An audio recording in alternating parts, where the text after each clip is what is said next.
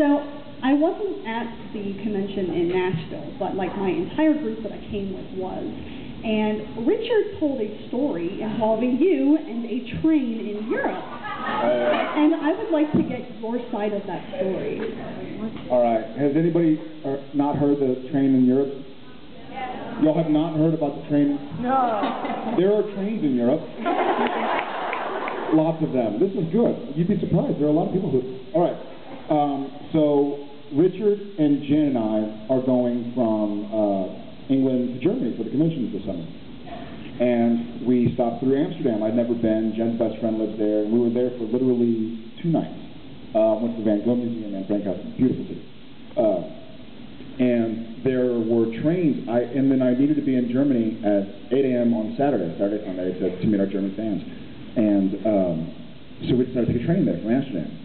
And there are like 5 trains a day. They're high-speed trains. It's 4 hours. Leaves Amsterdam Central Station, which is a massive hub, I suppose, and goes high-speed to Frankfurt. You're there 4 hours later. And so there are 5 of the trains. It's like 8 a.m., 10, noon, 3, and 6. And we couldn't take the 3 o'clock train because it was too risky. I'm sorry, we couldn't take the 6 o'clock because we were like, if we miss it, if something happens, then we won't make it to Germany in time for tomorrow. And so we had to take the 3 o'clock train. And so we went to the Van Gogh Museum that day, actually, and then we get our luggage, we lug it up, and we're like, this is a high-speed train. This is bound to be one that like stays in the station for 15, 20 minutes. You board your bag, blah, blah, blah. And so we get 3 tickets, one way, me, Jen, and Richard, Amsterdam to Frankfurt. So we get there, and the train is going to leave at 3 o'clock. It doesn't pull until 2:55, which I guess is how it goes. They figure, you know, get your bags on and you got to get on.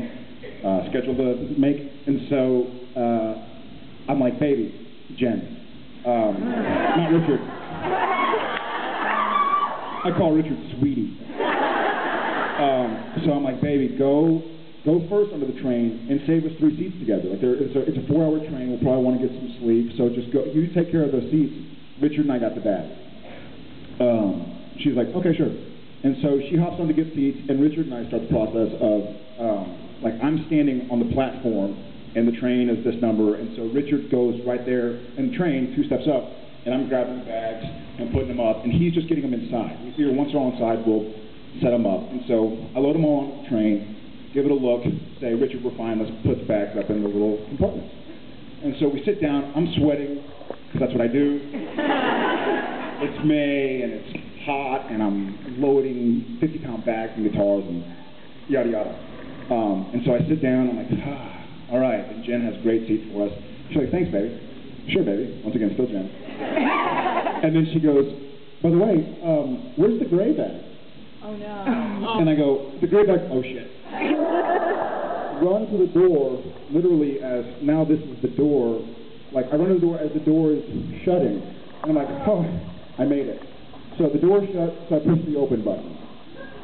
Oh. And I push the open button. And I push the open button, and the door's not opening. Literally, if this is the door, this is the bag. I literally could have just gone, yep, thank you, and taken the bag, but the train has shut the door. So I'm like, so I push the close button. I don't know, I figured maybe the open button is not functioning, and nothing happened. And then there's this like lever underneath it. I'm like, yeah, okay. And it's, okay, by the way, the worst thing is it's Jen's bag. So it's not even like my bag with smelly t-shirts, and it's Jen's, and she bought like some nice dresses for dinner and stuff like that. Whatever women do, shoes, and I still haven't figured it out. And so it's all for nice stuff in the bag. And so I'm like, I guess I gotta pull the lever. And I pull the lever, nothing happened. At this point you hear, there's an air brake. Yeah, not that kind of shit. That was much earlier when I realized the bag was on. And I was more like, okay. So a lady walks up to the bag. Another important part I forgot is that Bin Laden's just been killed. And so terror alert is like skyrocketing. Oh, no. Yeah. Like if you drink a Coca-Cola and you put it on the ground, like someone tackles you, it's like super high, people with guns, because they're talking about it's going to be a lone wolf type that's going to exact vengeance, and the Amsterdam hub's a huge hub. And so I'm like, there's a bag on the platform, It's unmarked. It's locked. And yeah, and a lady walks up to it. Yeah, oh God, you're on track. A lady walks up to it, and Richard and I are like banging on the door, and the lady kind of hears us and looks, and we're like, my bag, that's mine, me, bag, me, us. It's just two silly Canadians right here. So she looks at me and literally goes and sees me and goes like this. And I was like, I don't know what that means. Like, does that mean like you're SOL, or does that mean like I can't do anything? Does that mean like you're stupid? I don't know, but I don't think it's good. And so then the train takes off high speed for Frankfurt. Yeah. And so Richard and I are kind of like, I gotta, and the train's running this way, that Frankfurt's that way, bag is here, going that way, essentially, because we're going this way. And so I run, I'm like, you know what, we're like 2 cars from the edge. I'm gonna run to the conductor and just tell him I'm a Canadian, and because I'm not. But I'll just tell him, the bag, I don't know who to call. It's not like, hey, Johnny, I left my, I don't know who to call. Like, hi, train station, my bag is, like, I'm in Amsterdam, I don't have my phone, I used to dial 35 numbers and a plus sign. And so I'm like, I'll just tell the conductor, he'll know what to do. So I run to the end of the train where the conductor sits. I push the button and the door opens. But there's no conductor on that side. Because the conductor, pitter-patter, walked to the other side of the train because we're going that way now. So, by the way, now we're high speed, we're a minute or 2 out of Amsterdam, and my heart's beating right now. I guess that's good, but I mean it's beating fast. And I walk, and I go back, and Jen's kind of like, so? Not good. And so I walk back to the thing, and Richard's kind of like, I don't know what to do, man. He's like, I ran 3 carts that way. I couldn't find anybody that worked. Like, what do we do? I was like, I don't know. And I just can't get my nerves down. And I'm like, I don't know what to do. Like, I can't just, her bag's going to be exploded by a robot with wheels. And I go back to the door, and I notice something that I didn't notice before by the buttons. There's a little plate of glass with an emergency do not push. And one of those like movie-style red buttons behind the plate of glass. And so,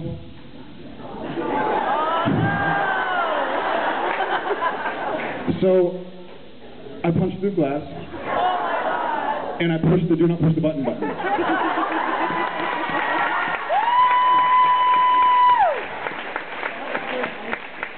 And I'm kind of standing like this, but when I push the do not push this button, like Star Trek, like people getting thrown, babies crying, like there's we're gonna go off a cliff, like the train stops. It's not like, oh, casually slow down at the next station. The train, like super high pitched noise, like that thing earlier with the shoulder girl, and so everybody is looking at the giant, scary, sweaty man. Me, who just stopped the train. And Richard goes, he says something roughly to the effect of, I think this isn't good, man. I say, I think so too, sweetie. And he goes, I got your back, but I'm gonna have a seat. And I was like, all right. So I'm kind of like, everybody's looking, the noise is loud, I punched through the glass and the doors flung open, but now we're in the middle of nowhere because the train's been going. It's not like we're in a station, we're on train tracks, like in Europe, in the middle of Amsterdam or wherever we are. Because the train station is a couple miles that way. Or kilometers, I guess, in England, Europe. So this lady comes running in, and she's like, who pushed the button? Who pushed the button? And I kind of, I did. And she runs up and very sincerely goes, what's wrong? What's going on? Like, I think she thinks, like, someone's got a gun. I am having a heart attack. My wife is giving birth. I'm giving birth. Like, she's not thinking some D-bag just stopped the train. And I say, my wife's bag is back on the platform.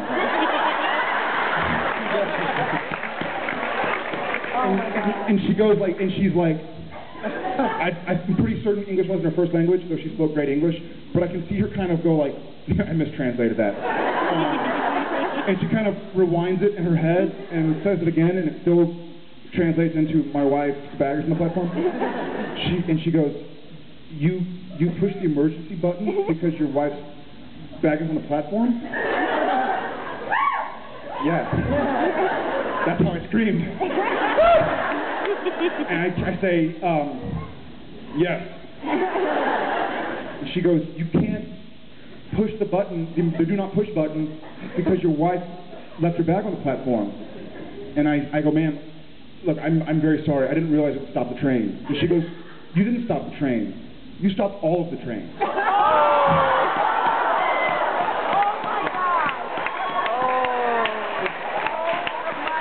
I'm glad y'all are having a good time. Because when one train stops, the rest have to stop so they don't smush into each other. Oh my God. And I was like, I didn't know that either. And so, and she kind of like, she goes, you didn't stop the train, you stopped all the trains. And kind of like walks away because now some other guy is there, and he looks at me and goes, this is going to be very expensive. And I was like, oh my God, like I can't, and I was like, okay, we'll figure that out, but in the meantime, in all honesty, like I don't want my wife's most prized possessions to be destroyed, and I don't want someone to look at her underwear. I'm just kidding. And she, no I'm not, yeah, I'm definitely, but so she, was it? You're a good husband. Thank you.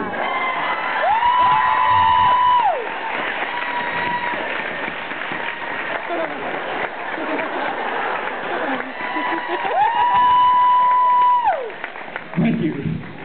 And I was like, okay, in the meantime, my wife's bag honestly is on the platform. What can we do about it? So luckily she was a trained person, part trained, part person. So she was able to call and say, hi, if there's a gray bag, then don't destroy it. We have somebody here who owns it, if it hasn't been destroyed yet. It wasn't. Someone found it, and we got it. But the guy goes, this is going to be very expensive. And I was like, okay. And I was like, how much does it cost to stop the entire European train system? And the guy walks up to me and goes, it's going to be about 150. And he didn't say any unit. He didn't say like 150 drachmas or like, he just said 150,000 billion. And I kind of go, whoa. I was like, all right. And I go and I sit down next to Jen and I go, baby, if this is 150,000 euros, I'm just going to run. I love you. I have my phone. I'll be in Europe. But I was like, it's not a plane where you give me your passport. It's a train. I bought a ticket. They don't know who I am. Even if they do, I can say I'm the guy from Seventh Heaven or something.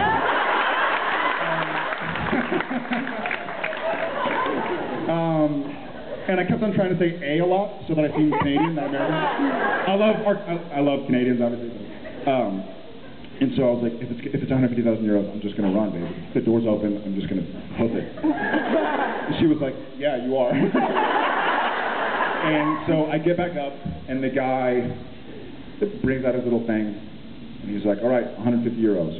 He's like, that's it? I mean, not like it's nothing, but it was like, okay, here you go. Can I wash that? And so it cost 150 euros, but we got the bag back, and that's